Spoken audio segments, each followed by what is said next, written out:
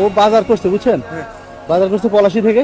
এখন মানিব্যাগ কি চোরে নিয়ে গেছে না হারাই গেছে বুঝতেছে না বুঝছেন। এখন বাসা যাবে মোহাম্মদপুর, এখন যাওয়ার জন্য কোনো ব্যবস্থা হইতেছে না। মোহাম্মদপুর কোন জায়গায় যাবে? এই যে বেড়িবাদে আহেন আপনার নামাই দিন, টাকা লাগবে না ওটা।